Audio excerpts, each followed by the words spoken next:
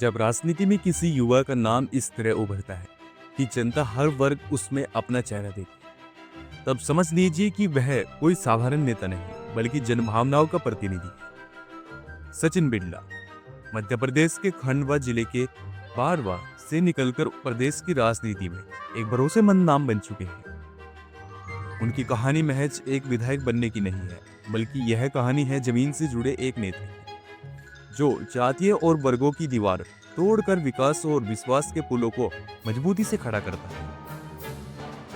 बचपन और पारिवारिक पृष्ठभूमि। सचिन अमरजी बिरला का जन्म 12 दिसंबर 1979 मध्य प्रदेश के खारगोन जिले के बारवा में हुआ। उनके पिता श्री अमरजी बिरला एक साधारण किसान थे और परिवार का मूल निवास ग्रामीण परिवेश में था। घर में संसाधनों की कमी जरूर थी, लेकिन शिक्षा और संस्कारों का गहना इस परिवार की असली पूंजी थी। सचिन ने अपने बाल्यकाल में ही यह सीख ली कि जीवन में सम्मान और सफलता केवल मेहनत और ईमानदारी से ही अर्जित की जा सकती है। शिक्षा की नींव, आत्मनिर्भर बनने की दिशा। सचिन बिरला ने अपनी शुरुआती शिक्षा बारवा से प्राप्त की और फिर उच्च शिक्षा के लिए देवी अहिल्याबाई विश्वविद्यालय इंदौर से स्नातक की डिग्री बीए प्राप्त की। वे पढ़ाई में तो थे ही, साथ ही सामाजिक गतिविधियों में भी बढ़ चढ़कर हिस्सा लेते थे। कॉलेज के दिनों में ही उन्होंने छात्र राजनीति में दिलचस्पी लेना शुरू कर दी और यही वह दौर था जब वह युवाओं के बीच एक लोकप्रिय चेहरा बनने लगे। राजनीतिक यात्रा की शुरुआत। राजनीति में सचिन बिरला की शुरुआत भारतीय राष्ट्रीय कांग्रेस से हुई थी। वर्ष 2018 में उन्होंने कांग्रेस की टिकट पर बारवा विधानसभा सीट से चुनाव लड़ा और जीत हासिल की। यह उनकी पहली ही कोशिश में मिली ऐतिहासिक सफलता थी। उनकी जीत में गुर्जर समुदाय, ओबीसी वर्ग और किसानों का समर्थन निर्णायक रहा।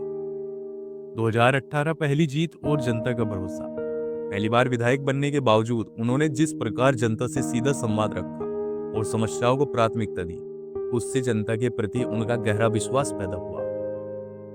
वे हमेशा विकास की योजनाओं को धरातल पर लाने के लिए प्रतिबद्ध रहे, चाहे वो सड़क हो या सिंचाई की व्यवस्था हो या फिर शिक्षा और स्वास्थ्य केंद्र। वैचारिक परिवर्तन और बीजेपी की ओर रुख। वर्ष 2021 एक साहसिक निर्णय।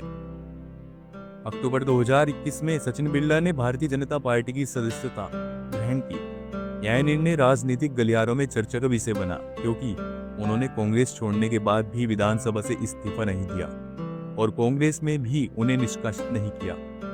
यह वह दौर था जब प्रदेश के मुख्यमंत्री शिवराज सिंह चौहान और प्रदेश अध्यक्ष बीडी शर्मा की मौजूदगी में बीजेपी में शामिल हुए। क्यों चुना भाजपा को? विकास के व्यापक दृष्टिकोण ने उन्हें आकर्षित किया। केंद्र और राज्य दोनों में ही भाजपा सरकार होने के कारण योजनाओं के प्रभावी क्रियान्वयन की संभावनाएं अधिक थी। वे युवाओं के लिए रोजगार, किसानों के लिए नई नीतियां और गांव के लिए आदर्श संरचना को मजबूत बनाना चाहते हैं। 2023 का विधानसभा चुनाव फिर से जनता का भरोसा। 2023 में सचिन बिरला ने भाजपा की टिकट पर दोबारा बारवा सीट से चुनाव लड़ा। 90,467 वोट पाकर जीत दर्ज की। उन्होंने कांग्रेस के प्रत्याशी नरेंद्र पटेल को हराया। उनके पक्ष में जनता क्यों खड़ी रही? स्पष्ट और असरदार भाषण शैली, हर वर्ग और समुदाय से जुड़ा। बारवा की धरती पर किए गए कार्यों का सीधा लाभ लोगों को मिला। विकास की प्राथमिकताएं। शिक्षा। बारवा क्षेत्र में कई सरकारी स्कूलों के पूर्ण निर्माण और आधुनिकीकरण में उनका योगदान रहा। छात्रवृत्ति योजनाओं के प्रचार प्रसार के लिए उन्होंने अनेक अभियान चलाए। स्वास्थ्य। ग्रामीण स्वास्थ्य केंद्र की सुविधाएं बढ़ाई गई। मातृ शिशु स्वास्थ्य योजनाओं को सशक्त किया। संरचना। सड़कों का निर्माण, पुलों का निर्माण और गांव को मुख्य सड़क से जोड़ने के कई प्रोजेक्ट पर कार्य किया। किसान। सिंचाई परियोजनाओं को बल दिया। व्यक्तिगत जीवन और सामाजिक सरोकार।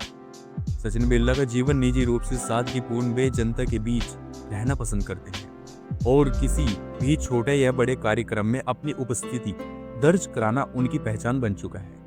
वे हमेशा युवाओं को राजनीति में आने के लिए प्रेरित करते हैं और यह मानते हैं कि राजनीति सेवा का माध्यम है, न कि सत्ता का। जनता के चहेते एक नेता जो नाम ही पहचान से जाना जाता है। सचिन बिरला के बारे में कहा जाता है, वो नेता नहीं, बारवा का बेटा है। यह कथन इसलिए सच लगता है क्योंकि उन्होंने जनता से कभी रिश्ता नहीं तोड़ा।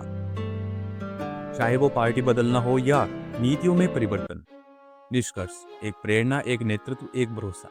सचिन बिरला की कहानी हमें बताती है कि राजनीति में बदलाव लाने के लिए जरूरी नहीं कि आप राजधानी से आए। अगर इरादे सच्चे हो तो बारवर से भी नेतृत्व की रोशनी चमक सकती है। उनका सफर बताता है कि विचार बदल सकते हैं, लेकिन जनता के प्रति समर्पण नहीं। वे आज भी उसी मिट्टी की खुशबू रखते हैं जहां से वे उठे थे। ऐसे इंटरेस्टिंग वीडियो देखने के लिए चैनल को सब्सक्राइब करें और वीडियो को लाइक करें। हाँ, अगर आपको वीडियो अच्छी लगी तो कमेंट सेक्शन में जरूर बताएं। फिर मिलेंगे आपको एक ऐसी इंटरेस्टिंग वीडियो के साथ। हाँ, अगर मेरे मुंह से कोई गलत शब्द निकला है तो उसके लिए माफी चाहते हैं। कोई भी कंट्रोवर्सी, कोई भी बात करने की जरूरत नहीं है। प्लीज कमेंट सेक्शन में बताएं। धन्यवाद।